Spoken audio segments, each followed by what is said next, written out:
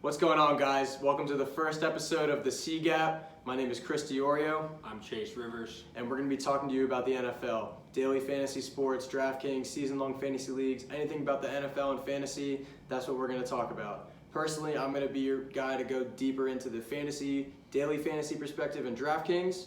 I'll be talking about the year-long fantasy stuff and to the typical Sunday viewer. All right, so let's get into it. So first thing to do, since it's a Wednesday, we're going to do a recap of week 1, and then we're going to get more into the Thursday night outlook game, which is the Browns versus the Bengals.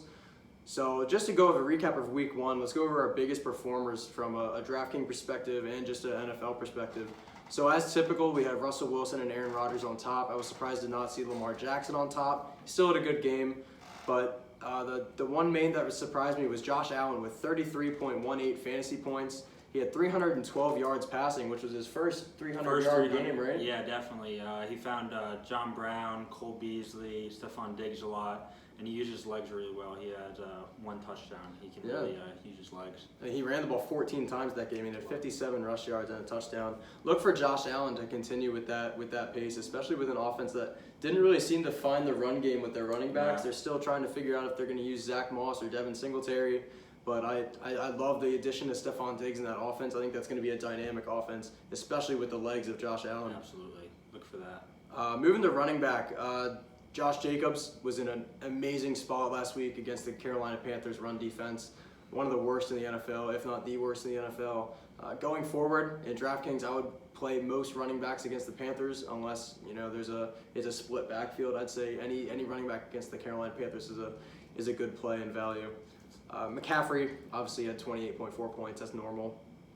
Zeke had 27.7, and the biggest surprise this week was Nyheim Hines had 27.3 points. He only ran the ball 7 times, but he got all the goal line touches. Got all the goal line touches. Marlon Mack's going to be out. Jonathan Taylor looked good, but Nyheim Hines, he's the goal line guy, so he'll get those touches, and you'll see low yardages, but you could see a lot of touchdowns from him. Yeah, and he was out there on every third down. I don't think Jonathan Taylor is going to turn into a third down running back right now, or maybe not till the end of the season. So Nyheim Hines had 8 catches, and I think with Phillip Rivers, someone who traditionally has thrown to the running back a lot, I think Nyheim Hines is in for these 6 to 8 targets every game. Moving to receiver, obviously the biggest one of the week was Devontae Adams. He usually has a good week, but not 14 catches, 156 yards, and 2 touchdowns. Geez. Yeah, Aaron Rodgers is going to ride him all year. They don't have a lot of weapons. He'll get a lot of targets, a lot of catches, and he's a red zone monster. I'd say in DraftKings he was 7,400 this week. I'd say around there. I'd say until he goes up past the 8,000 range, until he passes Michael Thomas, I'd say he's a great play in every week in any game. And with Michael Thomas out, he'll cost more in DraftKings. Yeah, for sure. Especially after that week, his price is probably going to go up, so I'd monitor that. But he's in for 12 to 15 targets every game. Big surprise from the Falcons. Normally you'd want to see Julio Jones up there, who I had in my lineups last week, but Calvin Ridley, 9 catches, 130 yards, and 2 touchdowns. I mean, Matt Ryan threw for 450 yards this game, and Russell Gage had 3 players over 100 yards, and Russell Gage being one of them. Calvin Ridley is just the only one that scored the touchdowns. If Julio would have had those touchdowns, he would have had more points. Yeah. But Ridley just found the end zone. And with Todd Gurley coming back from injury, they're going to air it out a lot. Hayden Hurst, you said Julio and Russell Gage, so they're going to throw it around a lot. And then Adam Thielen, nothing really new about that except Stephon Diggs is gone. So Adam Thielen's a great play, especially with Kirk Cousins loving to just air it out every play.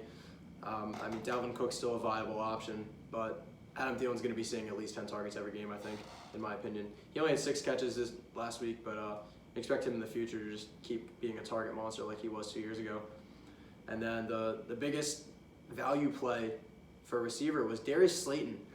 Wasn't in the main slate on Sunday. He was on the Monday night game.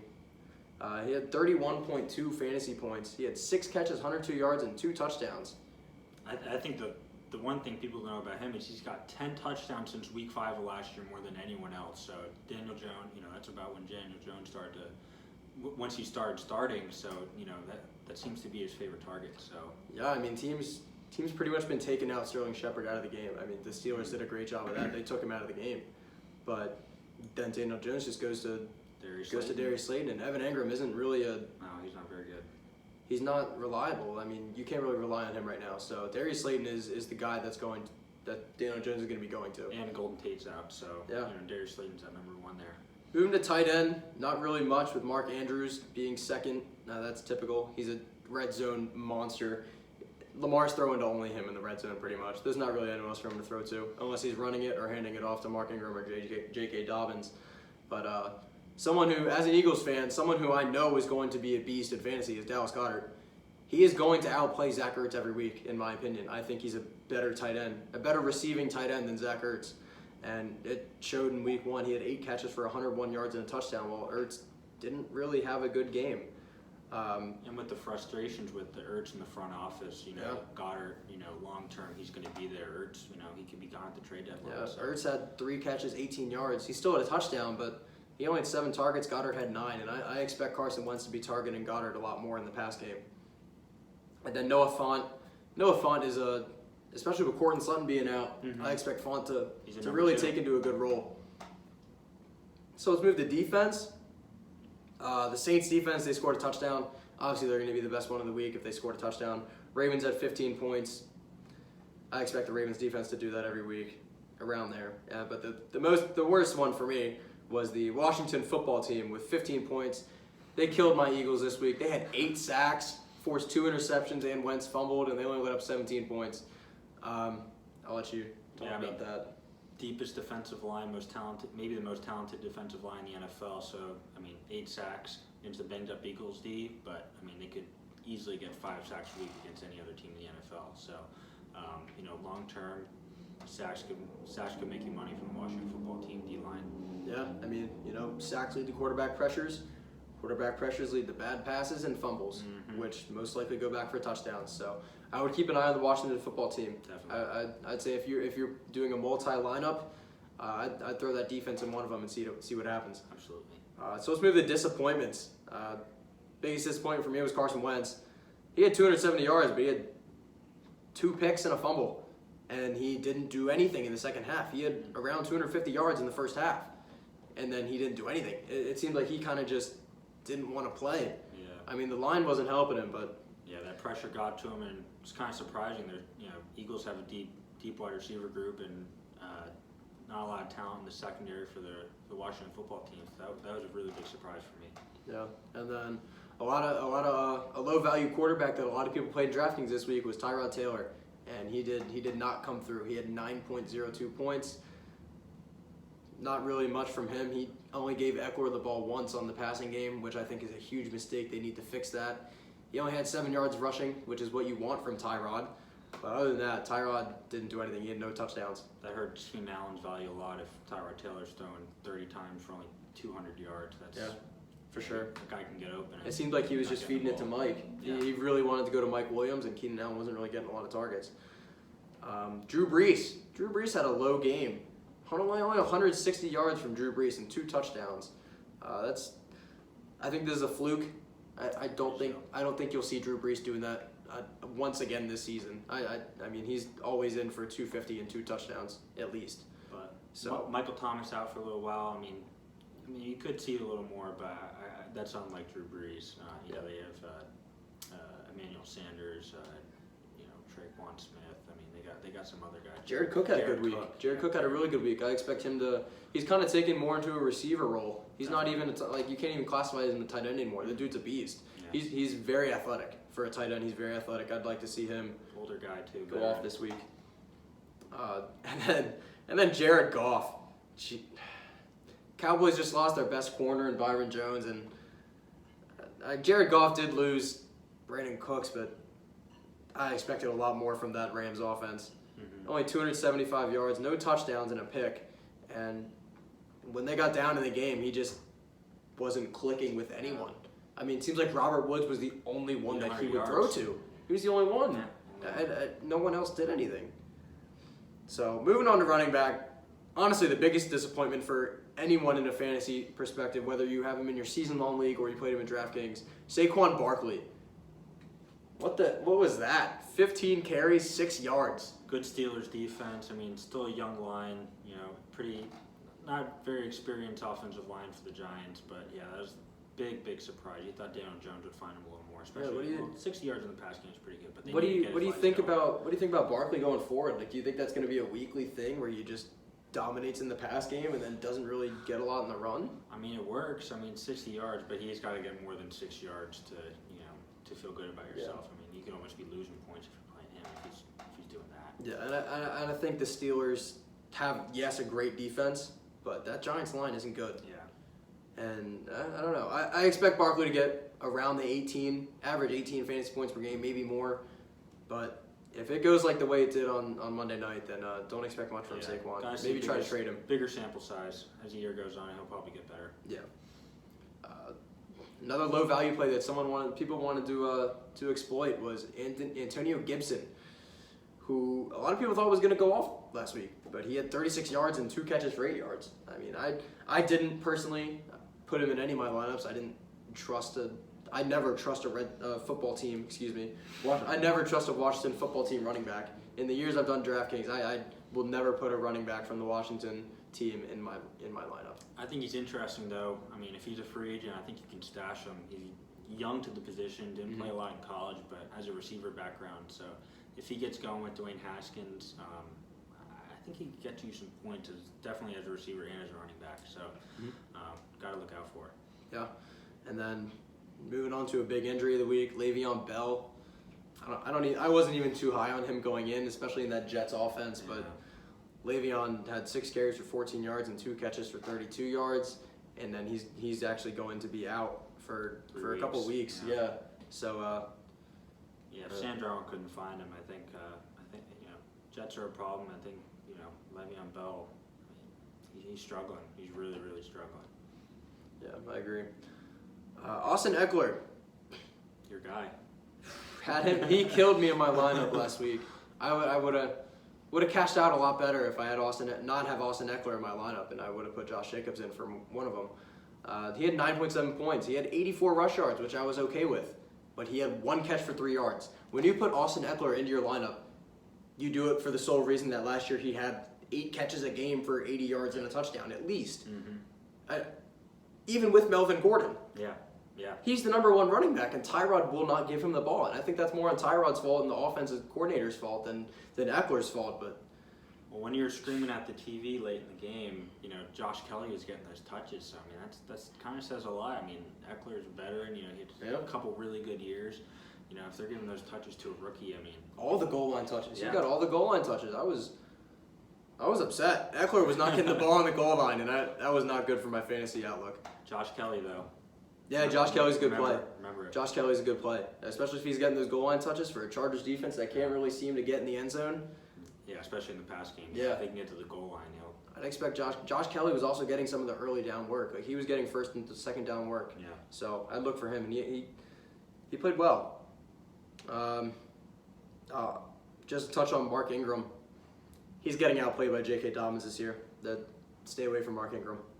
He's not going to have a good year. Dobbins better receiver. He'll get on the field more. Dobbins really well. T.Y. Hilton, thought he was going to do a lot better with Phillip Rivers. He had 4 catches for 53 yards. Don't play any Browns receivers. No. Not even this week. Even with Jarvis Landry being questionable, banged up, stay away from everyone. Yeah. The only person I would maybe go to is Austin Hooper, with Njoku being on IR. But yet again, Austin Hooper had 2 catches for 15 yards this week. I don't like that Browns offense outside of Nick Chubb, and I don't even like Nick Chubb that much this week against a really tough Bengals D line.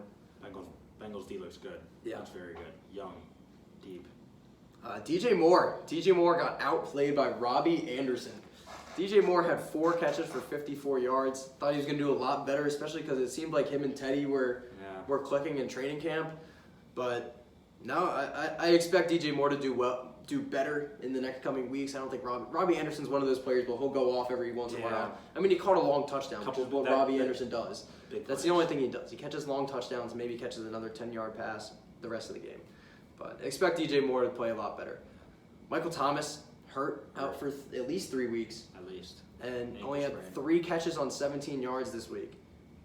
I mean, he was playing through an injury, but still. Yeah. He didn't get targeted a lot either. So it's the target short routes, you know, if his ankles bother him, those would be tough for him to run. He's one of the best route runners in the league. And if Brees is struggling just because of the reason that Thomas wasn't on the field doing much, then Brees might struggle. But I don't think that's the case. Drew Brees is still a great quarterback. They'll find a way. He'll be fine. Sean Payton's great, great play caller, so they'll get the ball. Probably one of the highest percentage owned low value tight ends this week was Hayden Hurst for the Falcons.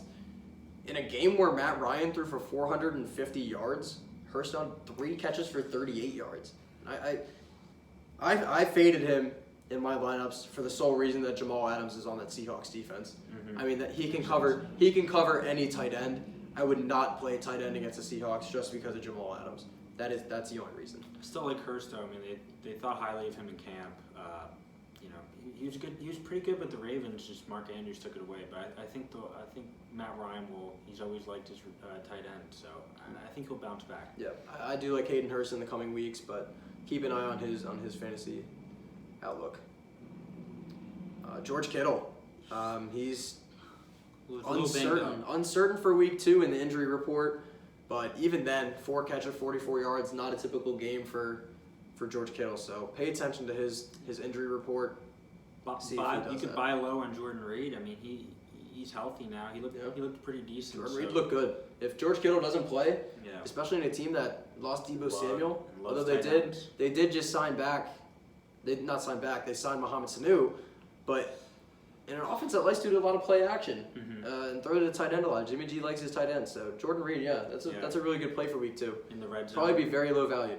Always been a good red zone target. Yeah, they get down there running the ball. I think Jordan Reed could be a monster in that offense. Yeah, and then for me, one of the biggest disappointments at tight end was Evan Engram.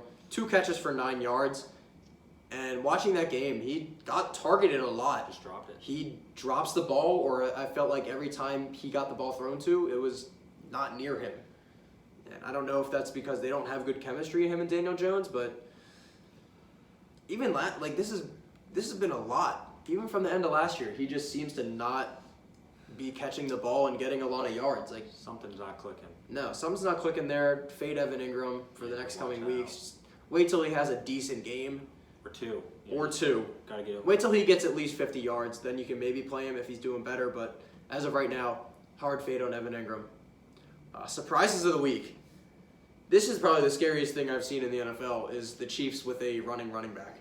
A rushing running back for the Chiefs. And can catch the ball. 138 yards and a touchdown. When's the last time the Chiefs gave someone 25 carries? Jamal Charles years ago. Yeah. But Clyde, he can catch the great route runner. He can run the ball. He's shifty.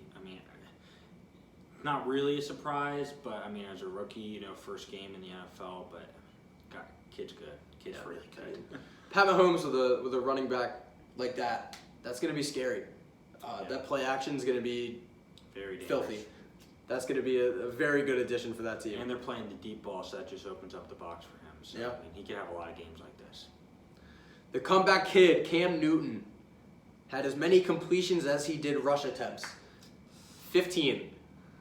No passing touchdowns, only 155 yards, but he did his job in fantasy. He had 2 touchdowns running and had 25.7 points. Look for Cam Newton to do this every week. He's back. Yeah. Cam is back. He's got the swagger. Cam is back. Not taking hits. Nope. He could be dangerous if he's doing 75 rushing yards a game. He probably won't beat you in the air, but just legs. Yeah. At receiver, surprise of the week, Jamison Crowder. Against a Bills defense that literally will hand you a short pass over the middle or a drag. That is all that Jamison Crowder does, and he had 7 catches for 115 yards and a touchdown. He had a 70-yard touchdown or something. So that was a big chunk of his yards. But he's played well against the Bills. He's the most competent receiver with the Jets. Yeah, and he had 13 targets. Yeah, and I expect that from Darnold, especially losing Le'Veon. Who's he throwing to? Chris Herndon? Maybe. He's hurt. He's hurt too. Denzel Mims hurt. So Crowder's the guy there. Expect Crowder to get 10 targets a game. He could fall into a wide receiver 1 play. Yeah. He's probably going to be very low owned and have a pretty low price in fantasy and DraftKings and FanDuel. So I'd look out for Jamison Crowder, see what he's priced at this week. He might be a viable play. Malcolm Brown He looked good. Wasn't really sure how that Rams running back was going to go. I thought Cam Akers was going to get a little more, but Malcolm Brown took over that game and really got all of the red zone carries, all the goal line carries. And he had 3 catches, 31 yards, so good game for Malcolm Brown. He was a good backup for Gurley. Kind of, nobody really talked about him, but he got the carries over, the two young running backs they have there. So that, they love their play action. He'll get some rushes. He'll have some open holes. Decent offensive line, and another good guy you could stash if he's a free agent somewhere. Yeah. All right. Well, after week 1, let's just list off the injuries that you need to be aware of. Philip Lindsay, turf toe, uncertain for week 2. Le'Veon's on IR. Mike Tomlin said he's optimistic about James Conner, but keep an eye on him. If he does not play, that will open up a lot for Betty Snell, who we saw is right now 3rd in rushing. He had over 100 yards rushing this week. A couple catches. Yeah. Look for Betty Snell to go off if Conner's out. But George Kittle, uncertain. Thomas, as we said, missing several weeks. Marlon Mack's out for the season.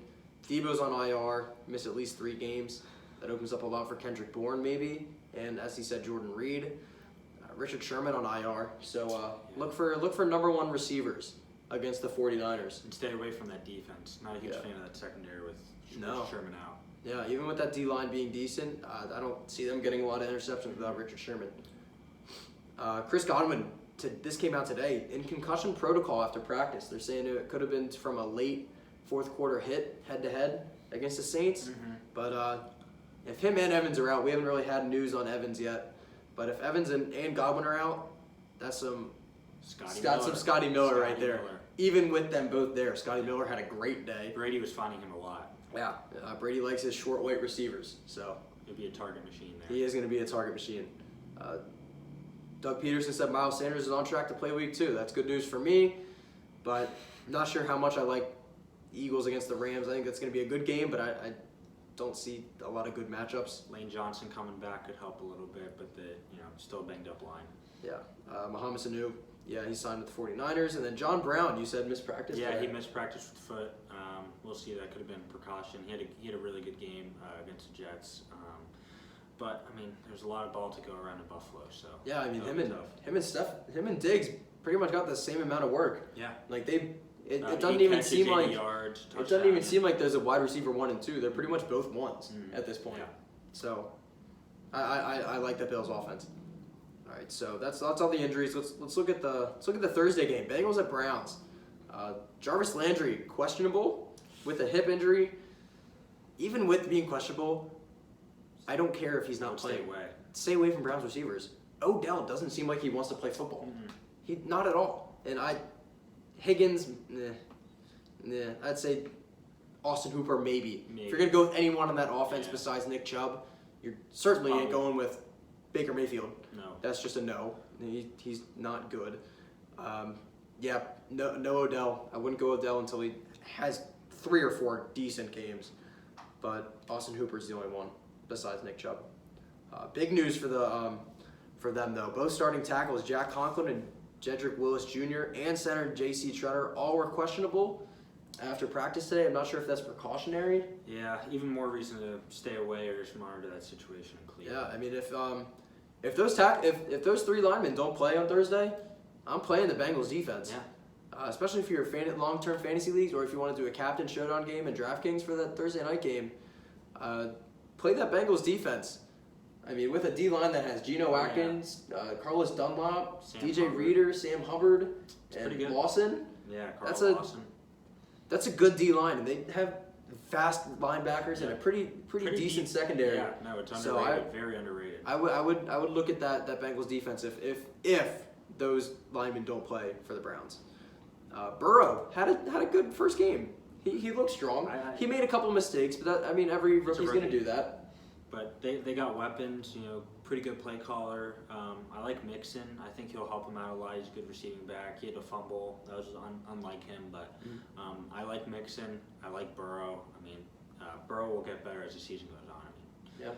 He didn't look, first game as a rookie, he didn't look scared. Yeah, and that was against probably one of the better pass defenses in the league in the Chargers. And more for Burrow. Greedy Williams is out week 2. Denzel Ward's healthy, but Greedy Williams, their second corner. Kevin Johnson out. Kevin too. Johnson's also out. End up secondary. So Yeah. I mean, Look for Burrow to could be take a cheap advantage. buy. Yeah. Cheap buy. Yeah. And then the Bengals gave up 165 yards on the ground against the Chargers, though. So that's a good matchup for Nick Chubb. If those linemen are healthy, Nick Yeah. Chubb could have another 150-yard rushing game. Mm-hmm. I think they'll In a figure it game out. where the Browns could pull away. They could go up big. That's if Odell Beckham wants to play football. And if Baker Mayfield just doesn't throw interceptions. Yeah, if he doesn't go crazy, if he follows the game plan, Yeah. that So could be a problem. That's about it. that's about it for the Thursday game. So thank you guys so much for watching.